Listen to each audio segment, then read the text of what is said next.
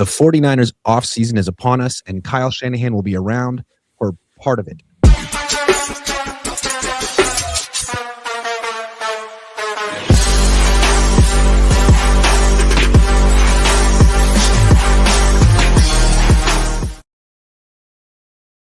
What's up? Welcome to a very special episode of the Coaches Meeting. That is The Coach. I am Grant Cohn. Make sure you follow and subscribe to The Coach on all the social media platforms. We are talking about a very important, pivotal offseason for the 49ers, which sort of starts unofficially or officially next week at the Combine. And Kyle won't be there. He never goes to the Combine anymore, whatever. He also won't be around for 10 days in March. We'll talk about that in a minute, but that's going to be like the heart of free agency, which makes me wonder how involved he really is anymore. So let's talk about the heart of free agency before we talk about Kyle Shanahan's plans for March. Do you think the Niners feel urgency to make a big splash signing? Because as we know, last year they felt no urgency, and their biggest signing was Luke Farrell, 3 years, $11 million guaranteed. Do you think they'll do a little bit better than that this year? No. I think that no. The reason why is it's not because I don't think, not for lack of trying, but right now it just seems like the better half or the top end of free agency is talented but old, right? There's really not a lot of viable guys up there that you could really count on. And also the use case, being able to get guys that we believe can be difference makers, but also not kill our cap, right?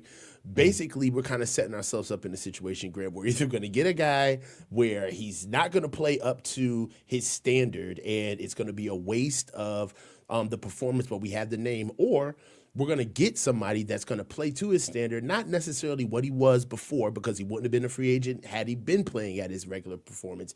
And then we're either going to have to overpay for him, where we should be using that money on getting younger and getting more depth. I do believe that there are some fixes that we can make in free agency that kind of fit our swim lane, kind of like our budget, if you will. You got my guy, the left guard out of Pittsburgh.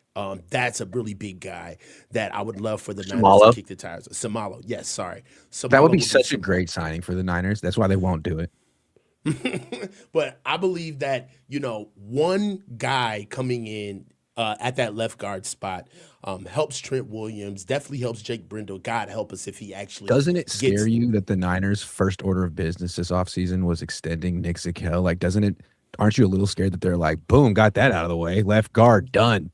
They've got us. We got him and Connor Colby. We could even bring back Ben Barch if we wanted to. Watch out. What's crazy is I'm in a couple of group chats where everybody talked about that. It's like, seriously, right? Are they playing with us? Are they trolling us? This is rage bait. But I feel like one thing about a regime that's in year 10 is they don't really reinvent themselves. This one hasn't. You can kind of see their moves coming a mile away. Are they all of a sudden going to be really serious about the left guard position, or are they going to convince themselves that they have something? Anyway, we'll see, I guess. Yeah, definitely. There's also some moves that they could make that I would like, but I don't know if this would necessarily be a splash, but this is the type of splash that I want to stay away from. Tom convinced me of this. I was really hard on it, yesterday. Tom Jensen. That it would be, Tom right Jensen. Thank you. Yeah. I thought that it would be a really good, viable option for us. But the type of splash that I think would be fool's gold would be like a Minkah Fitzpatrick signing, right? He's 15 years per, 30 years old, didn't play a full season last year, kind of on the decline. And he would come in and right the ship for us, but he would be a shell of himself in performance. He would be better than what we've had at safety, which is the reason why he would probably corner the market and either go somewhere else to a lesser team for more money or hamstring us with another saga of not developing guys that we need to, like Marquise Siegel and Malik Mustafa. So there's other guys that we can get that I believe could help us out. I believe Ibiketti, the defensive end out of Atlanta. He got demoted by Raheem Morris. He was supposed to be one of their guys. That's another edge guy that I think could help us out. Romeo Doubs, receiver out of, I believe, Green Bay. Can help us out in a big way. So I just think that there's other positions that we could add tweaks and elevate the floor. right? I want to raise the floor. So, that's how I feel. I like that was very thoughtful. And I think it's not what the Niners are going to do. Well, here's my fear for the 49ers offseason. I do think they're going to Hmm. spend more money. They have to. They have cap Hmm. space. They got to use it. They can't just roll over 41 million while Trent Williams is here for one more year. It Hmm. still feels like kind of the last dance for the older core players that have been here so long. They're still here. So I would expect not Jauan Jennings, but I feel like they're going to sign Debo. And I feel like Kittle No. said it. I feel like Kittle already said it on the record. He was at the What'd Super he Bowl say? radio show, and he was like, "Yeah, we're going to bring back some familiar faces." And someone was like, "Is it going to be Debo?" And he was like, "I love Debo," and kind of left it at that. Debo was partying with the team at the Super Bowl. He left for 1 year. Dude, do they really want to bring? Does Kyle really want to play young players on offense at all? Is Kyle even sure he's going to be here long term? I bet you Oh. $50 right now that they Okay. signed Okay. Deebo Samuel. 2 years, 31 million, maybe You're 30. on. You're on. I'll Yeah, take that bet. yeah, I want to take the bet because I just don't want it to happen. That'd be yeah. insane to take him back. And all right, so I've been floating this whole new like mantra about this team because I'm trying to be, a good faith broker with these guys because they won 12 games. And I've been trying to stay away from default perspectives. Me and you have talked about it on the phone a lot. We talked about the perspective of thinking that the Niners have finally seen something outside of the regular pushing, robbing Peter to pay Paul, pushing guys to get paid that don't deserve to get paid, having the core, right? I believe that we saw something different this season. But bringing Debo Samuel back would be The that would be beginning of the crushing. end. Yeah. Yeah, man. It's like we got to move on, man. I'll be right back about it. I'll be right back to the old. If they went back to the old track of trying to do this, then I'm right back to fire Kyle Shanahan. I'm back to it. I just feel like we know Kyle. He could draft a wide receiver, and I'm sure he will. I don't know if he'll draft one in round 1. He might. But no matter Mhm. where he drafts that guy, he's not going to play him. He'll play him begrudgingly. And if the guy misses a week of training camp, or if he looks at him the wrong way, or he sprains his toe, he's out for 2 years, and he might get a chance in year 3. That's how Kyle's been for years. What's the point? Or he could sign someone or trade for someone who doesn't know his system, give it a shot, or he could bring back someone he knows. I just feel like this is what Kyle Shanahan does. And again, I think George Kittle already said it on the record. I miss streaming with you.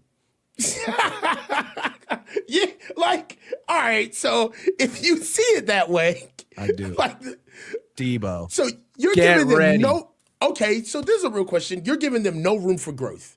There's nothing that happened this season that you think is different, a different ripple, like nothing that they can Last take. time they and- signed a wide receiver, it was DeMarcus Robinson. I think Okay. they're scared of the wide receiver market. It's expensive. I feel like they'll look at Debo and say he's actually not that expensive. We could get him for like 15 million a year, which is actually not Mhm. bad for a number 2. We need Yak. He knows our system. He'll be better with Kyle Shanahan. So no Dobbs, no Pittman, no Alec Pierce, none of those guys tickle They your need fancy. Yak. You don't. They need Yak. That's not Alec Pierce. That's not Michael Pittman. They've been last in the league in Yak for 2 years in a row, or near it, and they used to be the best. So I think they're trying to find Debo's skill set, and I think Kyle is he's not good at drafting or scouting. I think instead of him trying to find the next guy who he'll inevitably hate by OTAs, he'll just bring back the old guy who Ayuk left, Oh, opened up a spot. I wouldn't be surprised if Ayuk tries to go to Washington to take Debo's spot okay, over there, and Debo comes okay. right on back. He never wanted to leave. They traded him.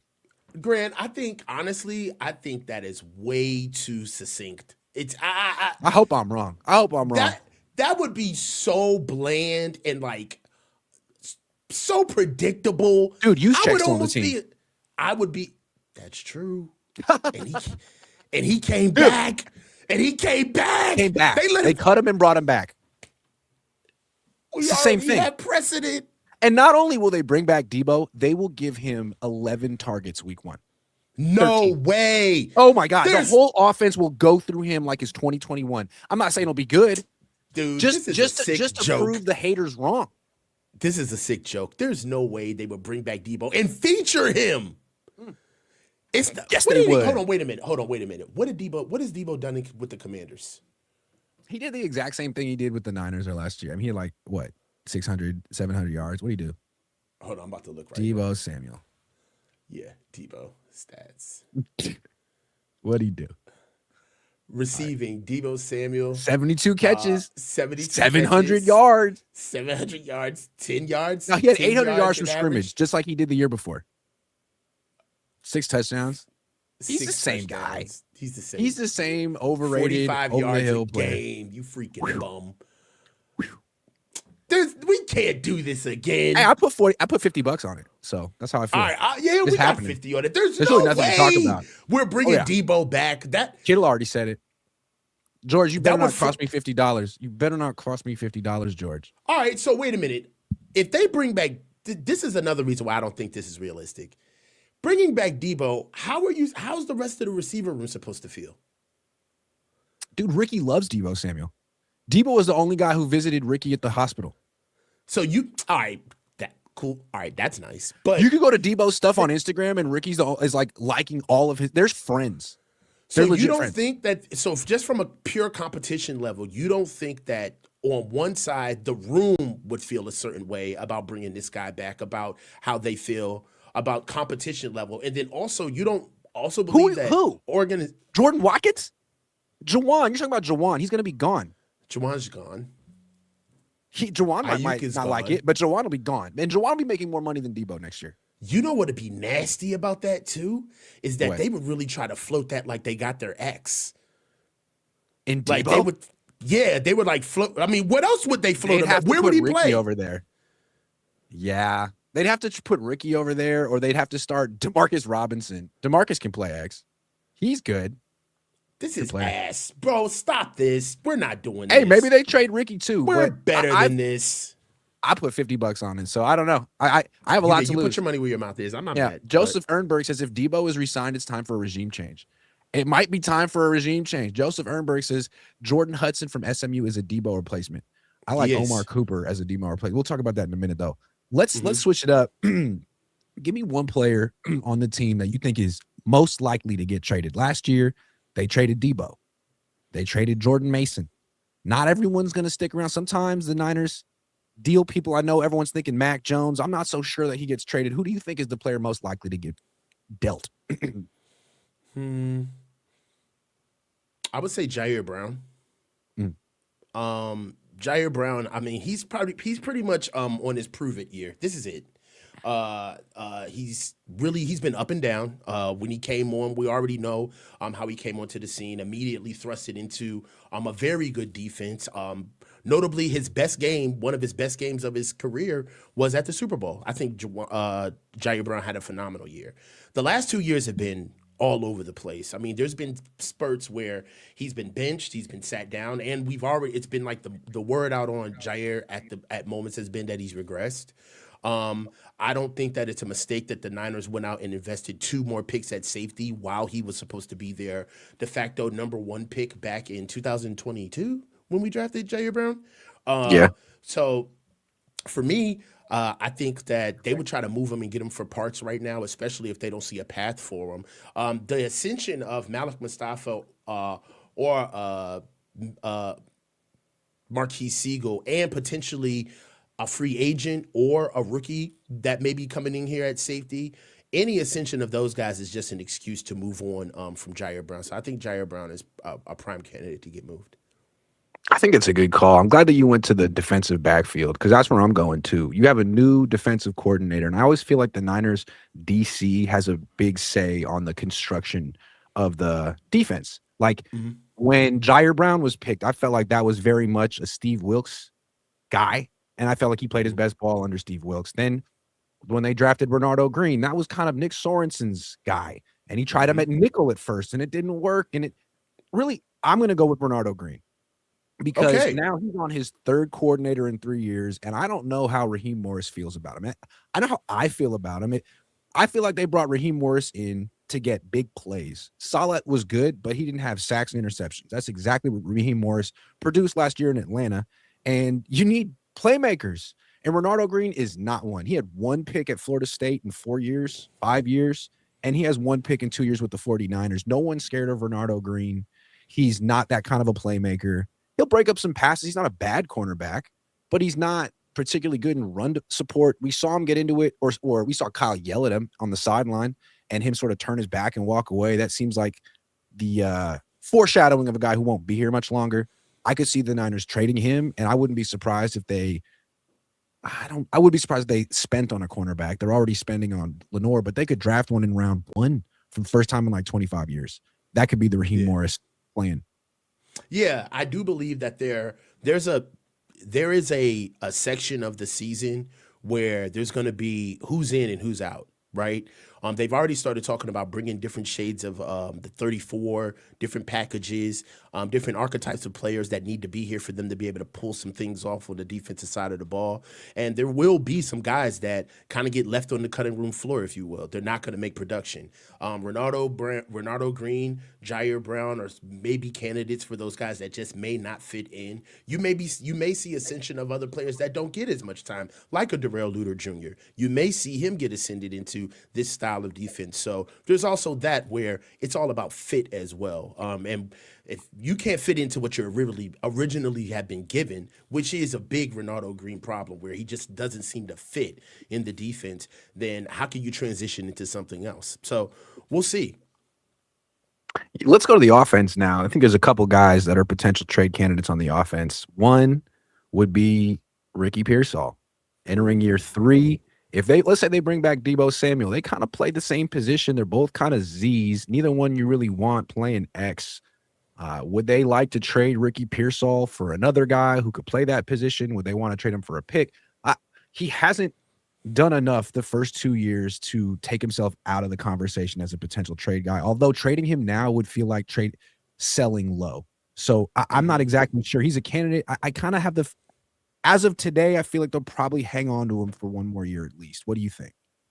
Yeah, I also do believe that there's the human element as well.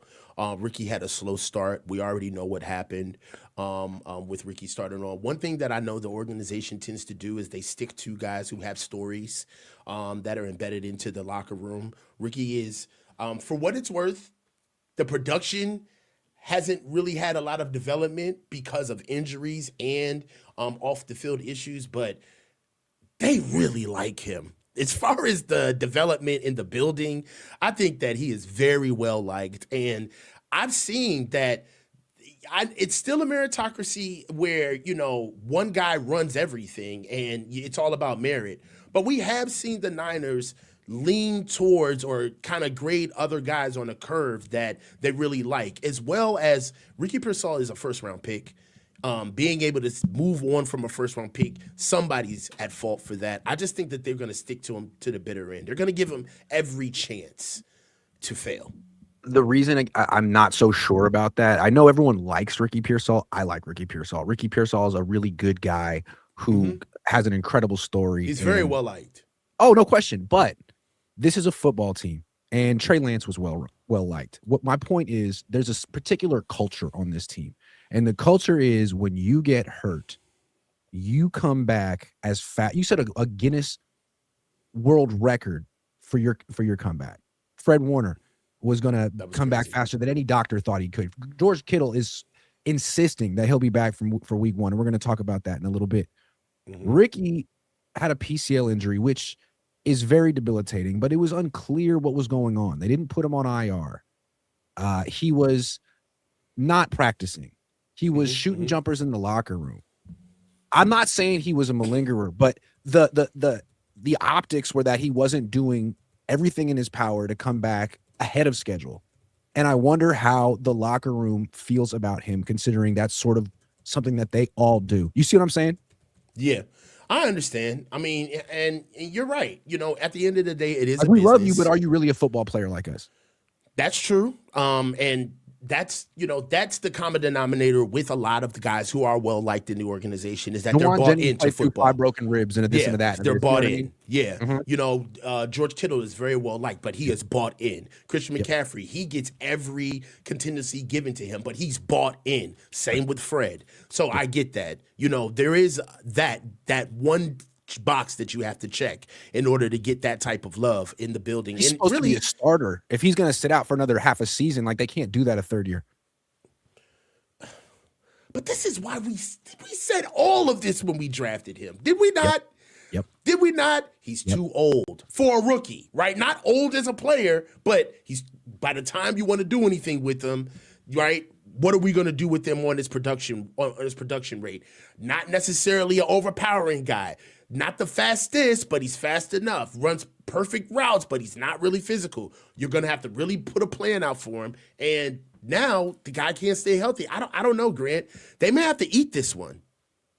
Remember he had the shoulder subluxation blocking in practice, and then it came out like, oh yeah, he actually had a sublux shoulder issue in college. It's like, oh, okay, well, he just might not be physical enough to play. That's my they have to really decide, can they risk starting him again?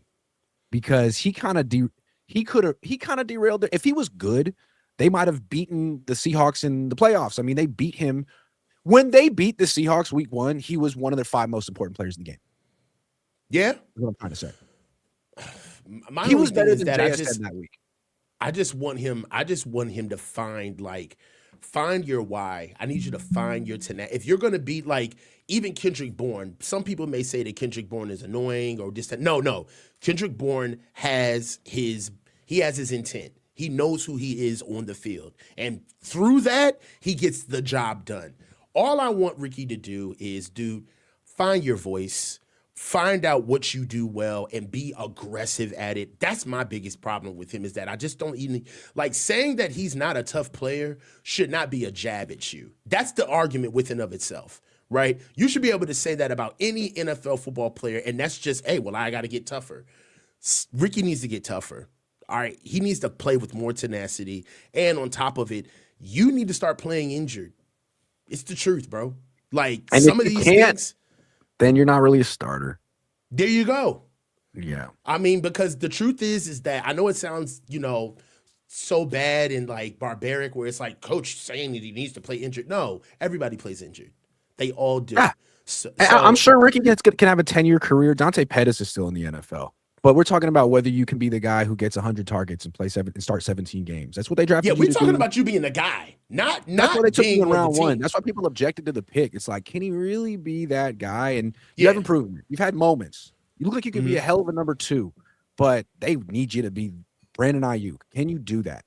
Yeah, and these are guys that we didn't even want to pay, right? Like, these are guys like Deebo Samuel, Brandon Ayuk, that we still question them if they were true number 1s. True. So you're trying to fit the shoes of guys that never even met the standards that we set out for them in the first place. So you got your work cut out for you.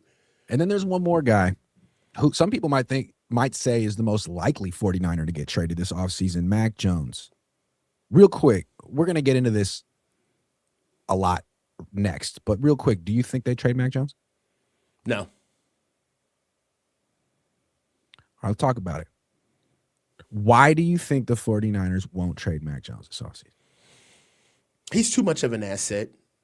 He's an anchor when things get unstable in their quarterback room and on their team, quite frankly. We already talked about he's well-liked. It literally walked into the reason why we just talked about Ricky Pearsall on why Mac Jones is well-liked, because he can play through injuries and still perform at a high level.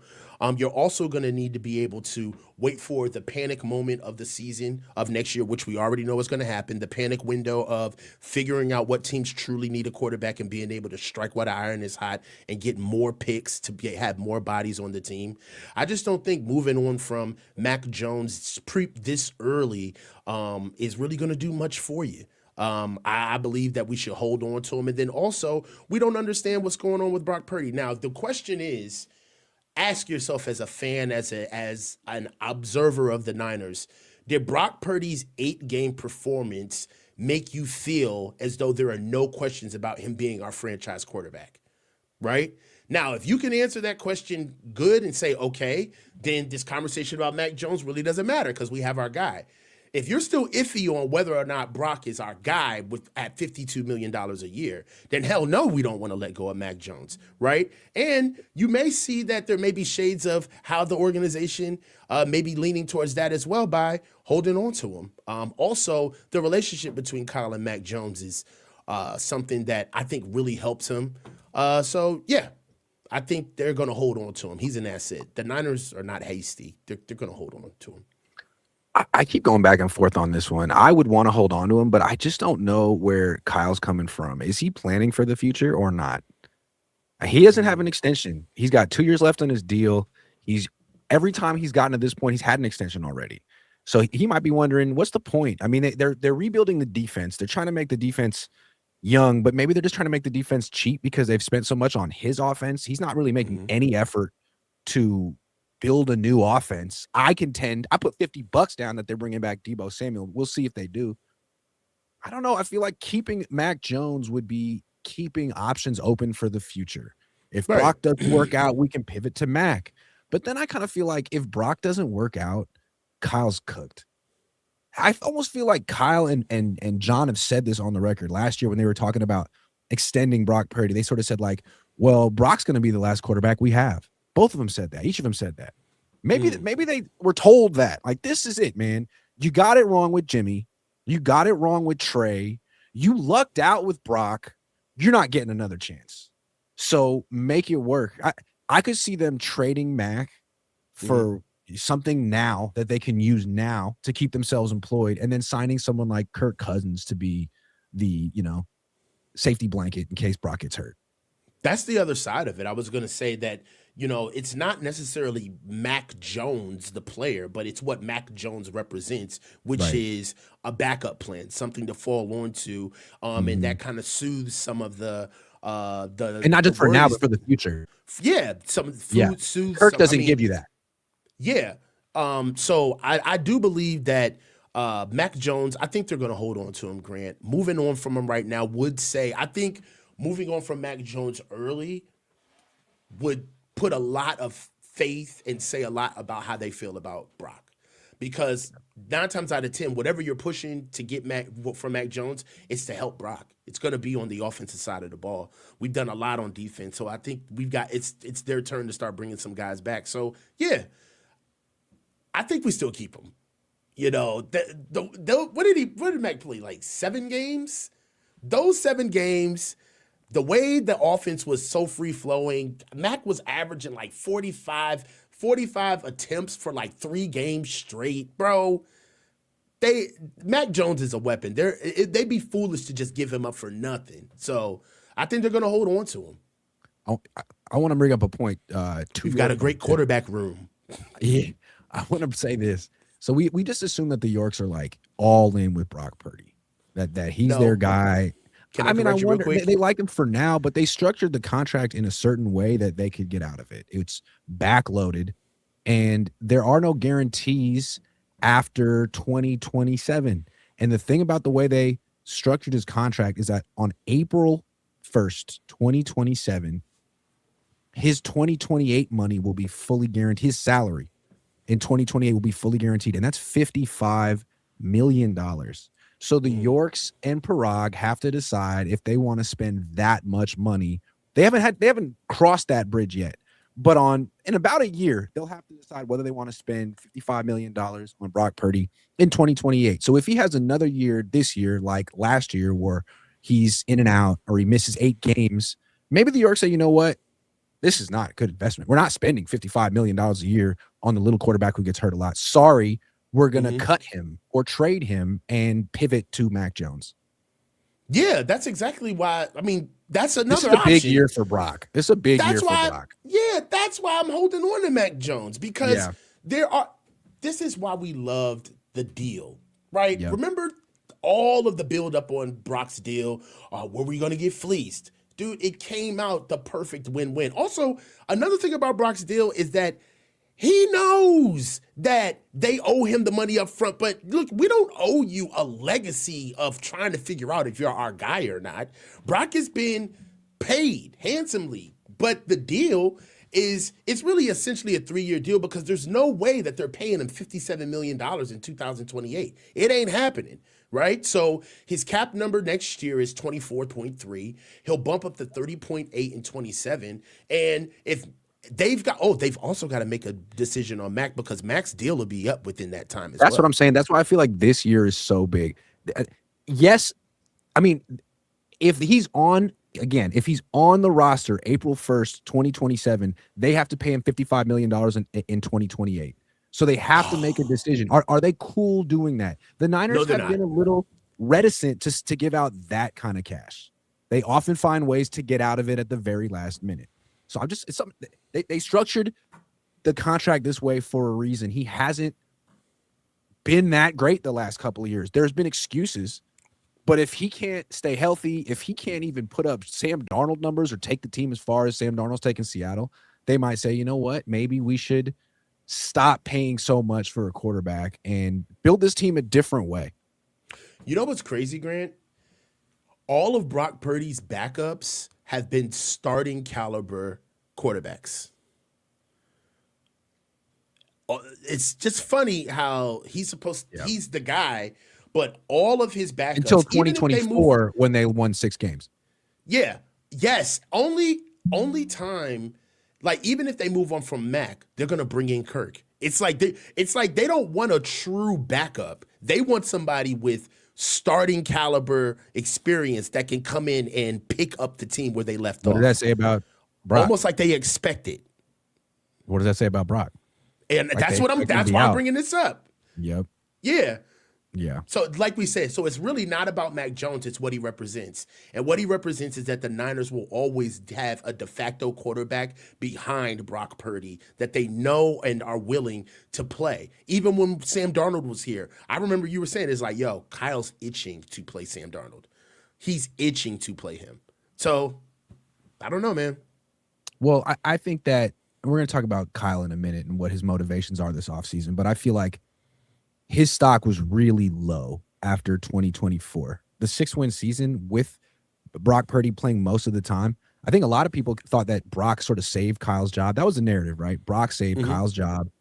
And then when Brock went down week 1, I saw people national, like Brett Coleman, who has that huge YouTube channel, was like, oh, we're about to see what Brock's been covering up for the last few years. And it's like, that's not what happened at all. And I think Kyle Shanahan was able to be like, look, rest of the league, I actually, I'm actually good. And maybe Brock's more a product of what I do than I'm a product to him. I mean, I've proven myself without Brock Purdy. What has Brock ever done without me? So I think, his stock went up big time this year, largely because of Mac Jones.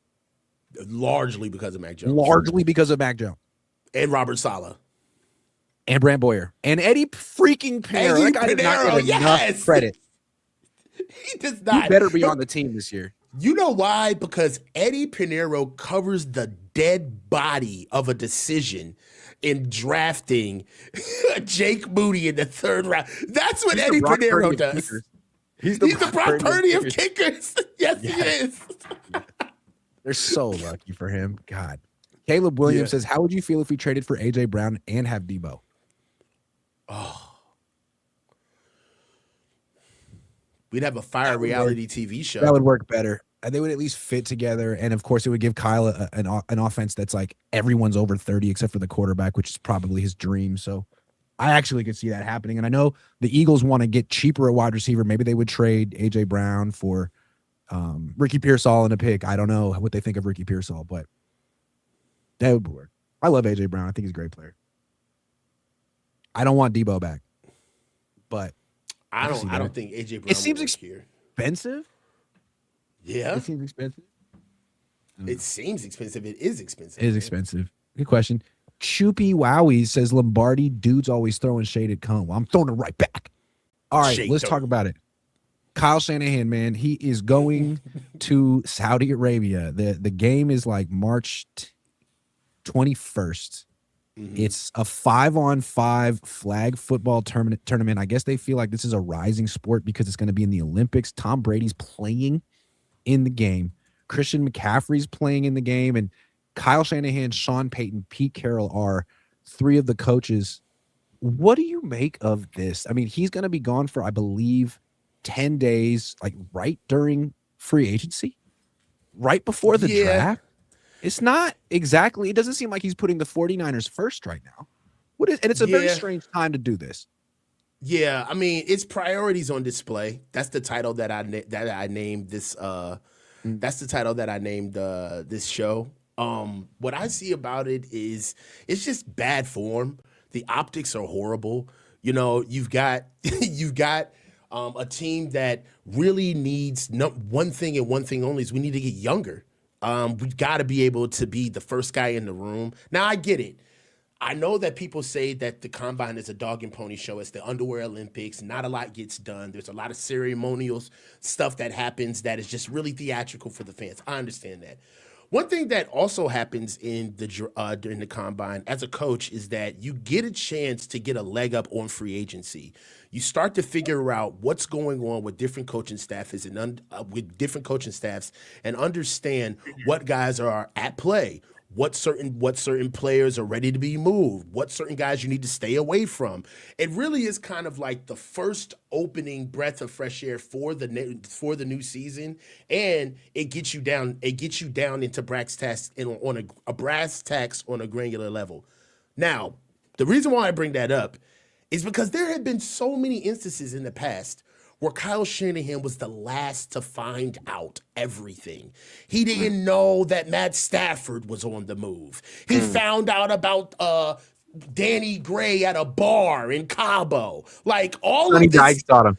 Sonny Dykes told him. Yeah. Come on, man. Like all of this stuff where he lets it out that pretty much when I'm not coaching football, I'll put things down if it's not about schematics or trying to get the new install. And you really got to be punchy. You have to be in the room.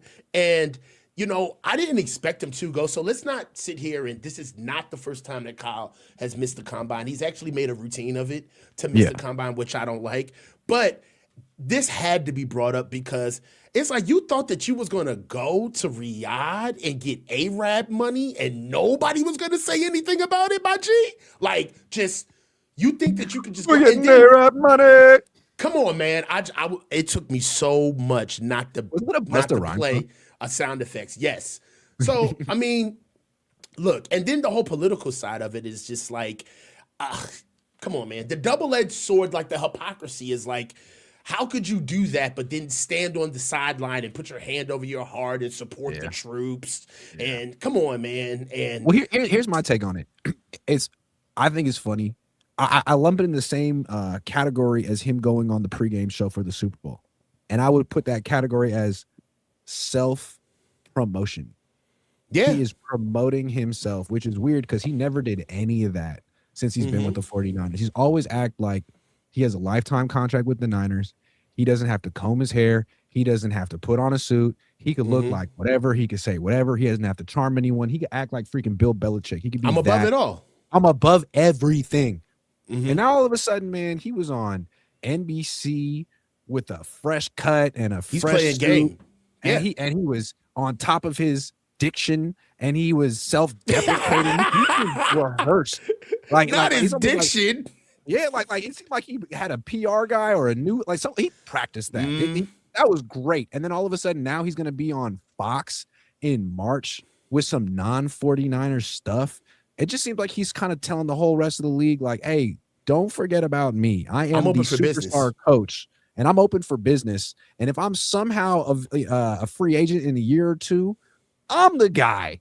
That's kind of what it seems like to me. He hasn't gotten his extension yet. Sean Payton's going. He's also signed through 2027. I wonder if both of them are subtly putting pressure on their respective organizations. Like, hey, you want me to focus? You want me to lock in for the Denver Broncos, for the 49ers? Well, then show me the money. Well, bringing it back here, I believe that this has legs because there has been a shift in the organization. We just don't know how far it's gone.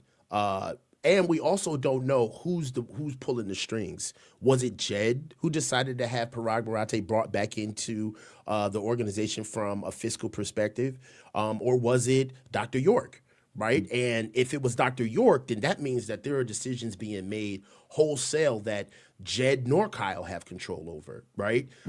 Is there a position where Kyle is going through the organization now and he understands that, yes, in practice, in paper, I have full say, but I'm starting to see things slowly but surely taken away from me? Do I need to start making some overtures to let you guys know that I'm desirable elsewhere outside of this place? Maybe I need to start moving around a little bit. It was odd to see Kyle pushing himself in the media, especially in the Super Bowl and being in our own stadium. It was rather gracious of him, which I just didn't see him doing anything like that. But I do see a PR related push. I see that Kyle is putting himself out there in a real way. And even this season, he's focused on being more affable, answering more questions, having a little bit more context with the media this season. So I do believe that maybe he's updating his resume.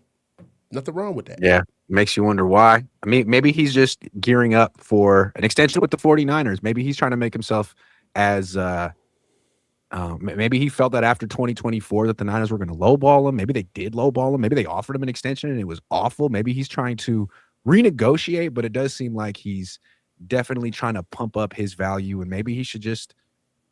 I mean, the quickest way to tank it would be to trade Mac, stick with Brock, let him throw 8 million interceptions like he's been doing, and then go down with the ship with Brock. I mean, that'd be the easiest way to get fired.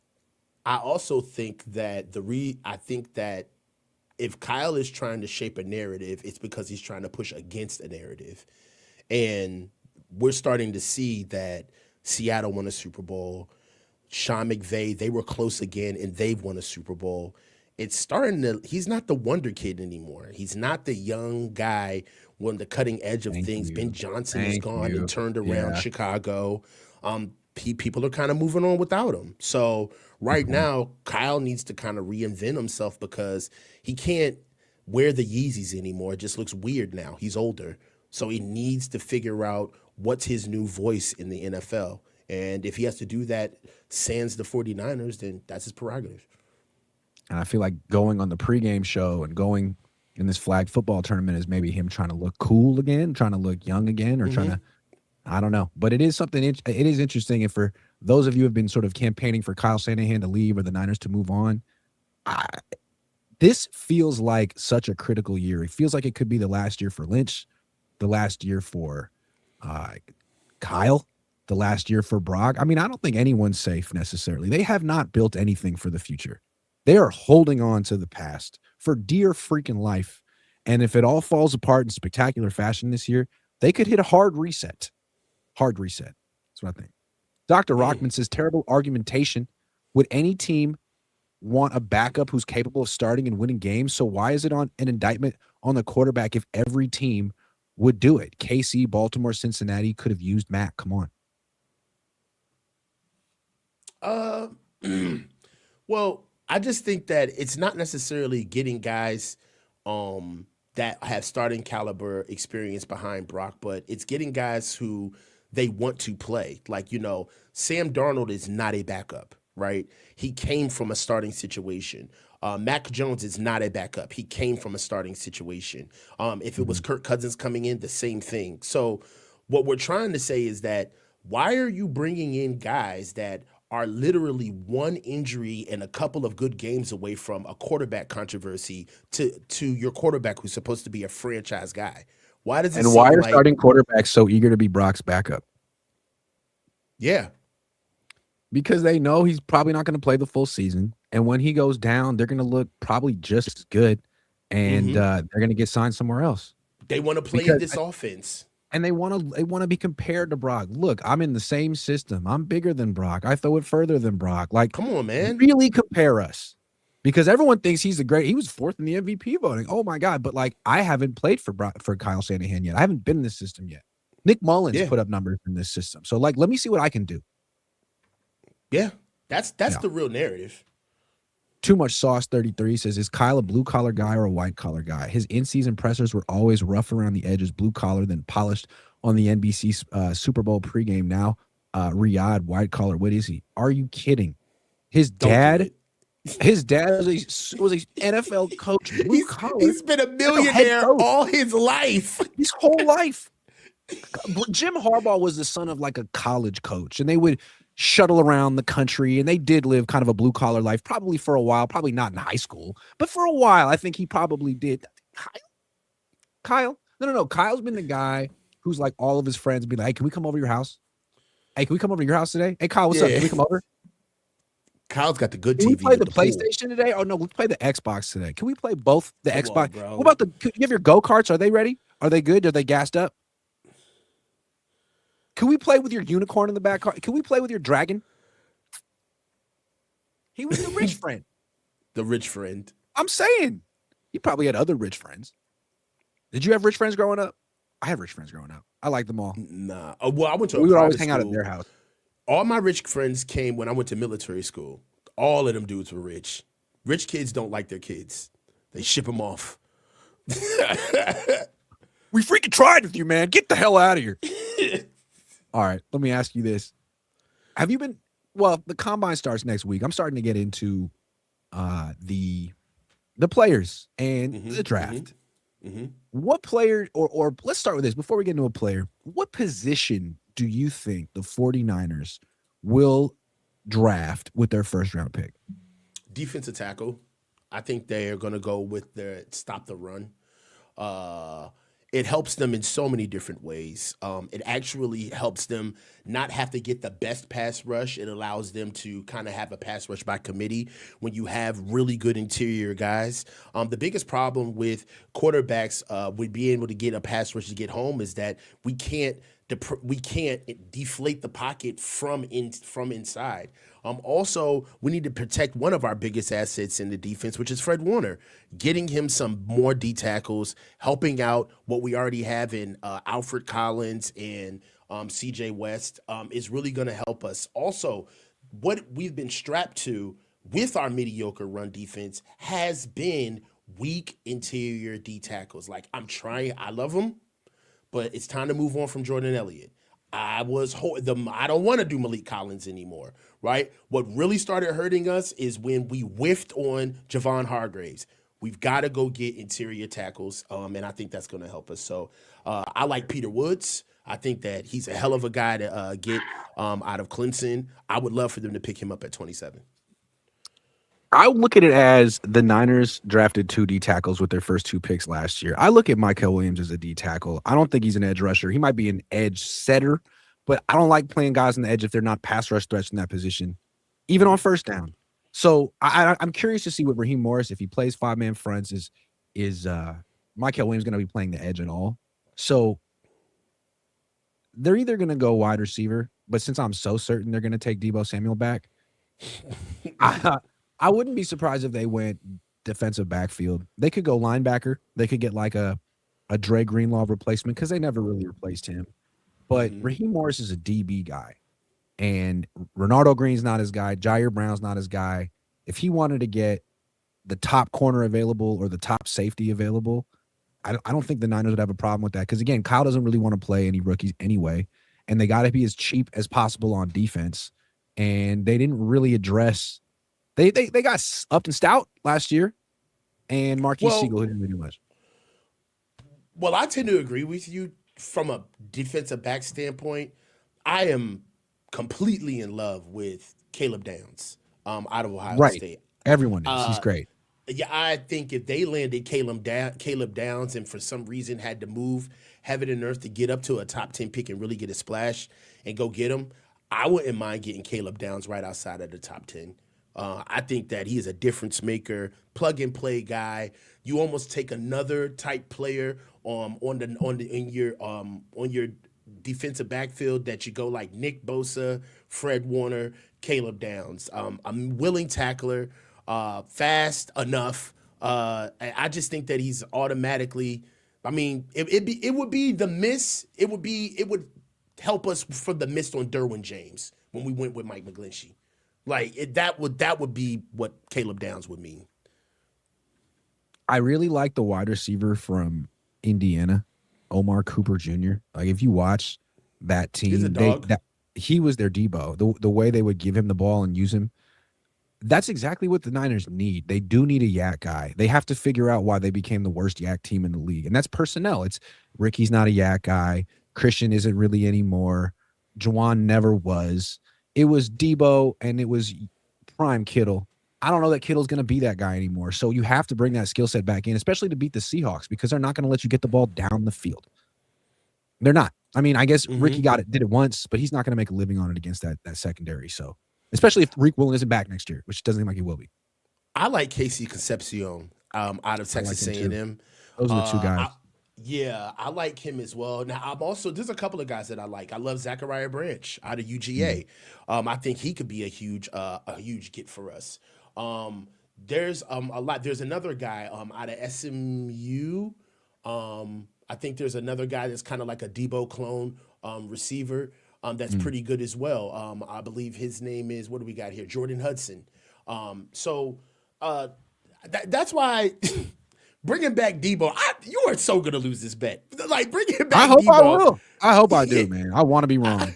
Bringing back Debo just doesn't make sense. There's a lot of receivers in this year's draft. This year's draft has a lot of DBs. I mean, a lot of D linemen, edges. There's tons of edges. I would say the top 75 players in this draft, you could easily say that at least 20 of those guys are edges. That's how many edges. Like, if they're going to draft a wide receiver early, Kyle's making the pick. And if he were making the pick, he probably wouldn't be in Saudi Arabia. I'm just saying, man.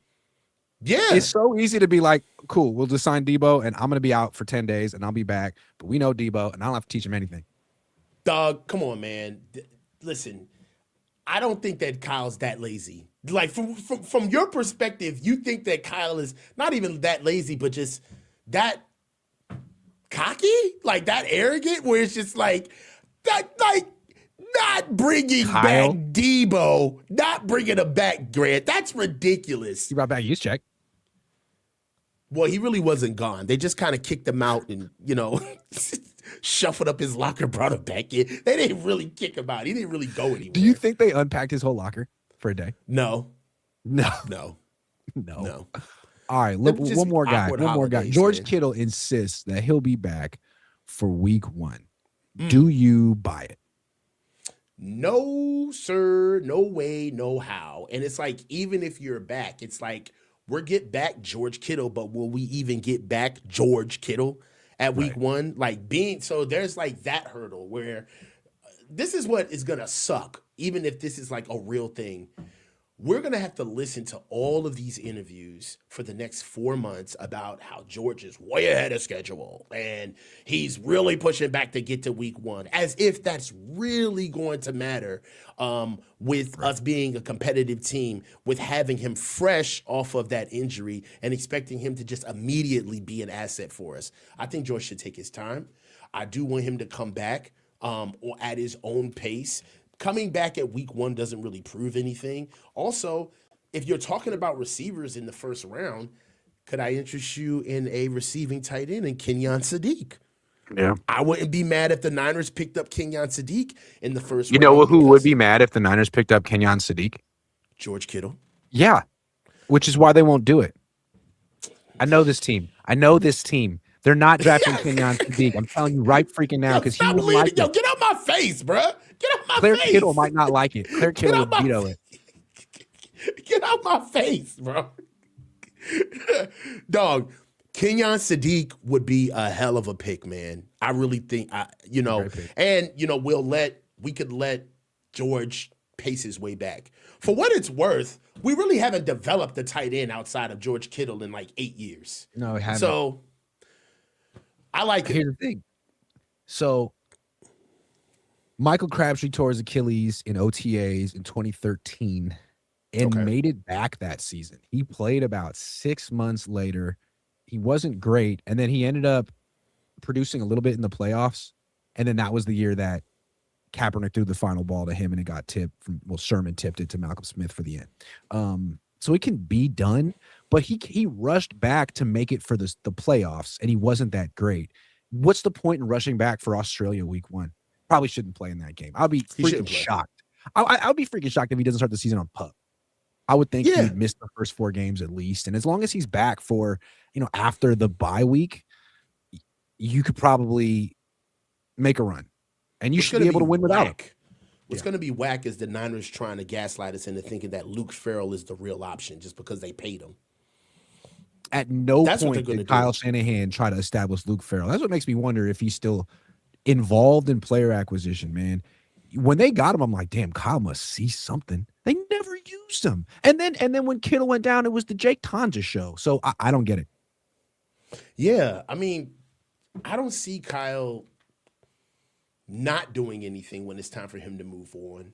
You are right. He's when he did believe that when I believe that when he felt as though that his name was kind of buzzing and his cachet was up and his profile was current and relevant, he did sit back and kind of show his true colors where it's like, dude, if I don't have to do anything, I'm not going to do anything. Mm-hmm. I know enough about this game to get by in.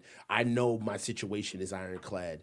Seeing him, I don't know, try, if you will, in front of all of us, in just different areas that we've seen him just really not care. It's not the fact that he's been bad in those areas. He's like almost made it a point to be like, no, I'm going to be a dick. Like, I'm going to let you know how I am. Yeah, if It does Belichick show can do it, that. I'm going to do it. Yeah. Yeah. And let's close with this, man. We already know that Kyle he said this time and time again. Please don't forget it. The number one skill that he has learned from his father that was passed down to him is how not to get How fired. not to get fired. That's the skill. Not That's the the skill. offense, not the revolutionary offense that the league has never seen before, that pays my bills, none of that, not scouting. How not to get fired. That's why they hate Washington, because he got fired. It's true. It's true. We'll see if he can do it. It's tough to keep your job for more than 10 years. Bill Walsh couldn't do it, and he won 3 Super Bowls. It's hard to do. It's impressive. 10 years. Shit, your voice goes stale after a while. I can't even stand nobody after 3 years. Even you and I had to take a break for a while. With the consistency has to take a lapse. Like 10 years is a long time. I feel like Kyle's acknowledging it too. Like, hey, like you said, I'm not the young guy anymore. My offense a little stale. I got smashed at the end of this season. Smashed I should show people a different side of me. Yeah, because think about it, Grant, from like an industry level, everybody knows that there are awards, right? And even in your field, in my field, everybody gets an award, and somebody's got to win it, which is fine. But we also understand that there's politics involved and there's angling involved, and just being in the right place at the right time is one of the key reasons why people ascend themselves amongst their peers. But there also is that conversation behind closed doors of who's respected, who's really a dog. Forget all of the awards. Who's respected as a guy? And you have to believe that there are some coaches that are looking back at Kyle like, dude, McDonald ate your lunch, dog. Like, he has your number. He's embarrassing you. So there's that element as well where forget the Super Bowl wins and the wins and losses. It's just about, how you play. And as from a coaching perspective, we lost that game, but nobody wants to talk, but we got out-coached too. We got out-coached. So severely. Yeah. Severely. So all right, let's take a super chat real quick, and then we'll do some prize picks. Propa says, while I understand respecting the champs, odds makers putting Seahawks first in Super Bowl odds seems lazy. I don't see a repeat for them. It's not common. It's fair. Then they just lost their offensive coordinator. That's fair. And they don't have an all-time great quarterback. Who do you think is going to take them down? Like, right now, on paper, who's a better team than the Seahawks on paper? It's wide open. It's always been wide open. But, I mean, the Rams had every chance to prove that they're better than the Seahawks couldn't do it. Mm-hmm. So they need to add something. The Niners aren't even close. Maybe after the draft and free agency, it'll look different. But right now, that's still like the most complete team in the league. How do you feel about the Eagles? Who's their play caller now? Yep. That's how I feel about the Eagles. Yeah, I got you. And not only that, I like Jalen Hurts a lot when he was younger. When he was willing to run, he could have moments where he played like a straight up elite quarterback. In both Super Bowls, he was elite. But last year, he didn't either want to run or wasn't asked to run. And against the Niners, he didn't run very much, and that's a big reason they lost. If he just wants to stand still, he's not that good. And the play caller isn't that good. Feel like they lost their offensive line coach. I think they're on the downslope. But they still have great GM. They could reinvent themselves, but they might be going through a little bit of a transition right now. I feel the same way. Yeah. All right. Let's do prize picks. Let's get into teams. 2027 NFL championship winner, Seahawks, Rams, Bills, Chiefs, Niners. What? Niners, they got 10-1 for yes. So I mean, they're up there. Only teams with better odds are the Bills, Chiefs, Rams, and Seahawks than the Niners. You like a long shot here? Who would you pick to win who you like? Long shot? Well, it doesn't have to be a long shot. I mean, who are you leaning toward? I go with us. The Niners? Mm-hmm. Make a case for why the Niners are going to win the Super Bowl this year. I mean, seriously. All right. We got a draft very well. Don't smile. Like we got a draft coming up. One of the things is that we got a lot of guys coming back. There's a lot of young talent that have played an unusual amount of snaps and had tons of experiences that most rookies take 2 to 3 years to have. I believe that there are some guys that, when we start talking about the Niners are in a position where they're not going to be able, the gap is so far away from them in Seattle. Dude, it takes just 1 or 2 players in a unit to raise the floor. That's what we really need. The Niners need a left guard. That will raise the floor. The Niners need an interior defensive tackle. That will raise the floor. We also just need to get back players that are healthy. So my biggest thing is getting us back ready for the season and really focusing on getting younger and getting faster because we're slow as hell. Being able to get those things together, I don't have a problem with seeing why the Niners can't really make a go of this thing in the season, especially with what Raheem Morris is going to bring and all of the additions. I'm really bullish on Coach Gray, too, the DB coach that we just picked up as well. I think that the problems that we've been having inside of our secondary, we could repurpose a lot of guys that we already have in the building. Right, so your Renardo Greens that seem like they're going to be a project and aren't really consistent. Diamador Lenore that during times of his season where it seemed like he regressed. All of those guys are going to be able to get tutelage from a guy that scouted up and gave you Cam Chancellor and what's my boy the safety from Seattle, from Texas, light-skinned guy, Earl Earl Thomas. Thomas. Yeah. So I think that there's a lot of good bones. We're not done yet, but the Niners are 1 or 2 players away from certain units to being a complete team. We're going to be all right.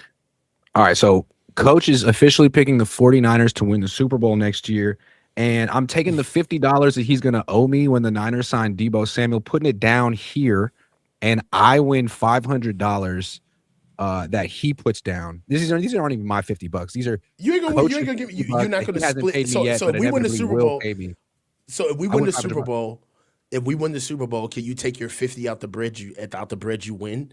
I keep Prize it all. Picks. I keep it all. Don't do that. It's too. Don't do that. Submitting. Boom. Use Prize Picks. Download Prize Picks. Use promo code COHN, COHN. Play $5. Get $50 instantly in lineups.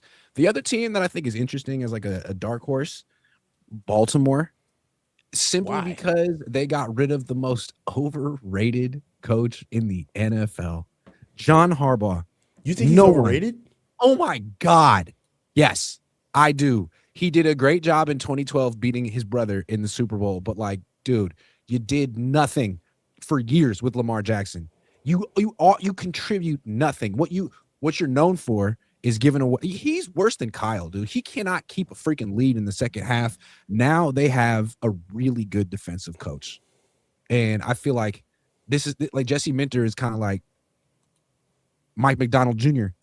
And I'm interested to see what that team does with a Hall of Fame quarterback and a really good defensive coach. Lamar has to stay healthy because last year he had a hamstring injury the whole year and didn't run. But if he's healthy with a good defense and a solid coach who's not John Harbaugh, watch out for Baltimore. John Harbaugh is the guy that everyone said Mike Tomlin was for years. Mike Tomlin didn't have a quarterback, and he still found ways to eke into the playoffs.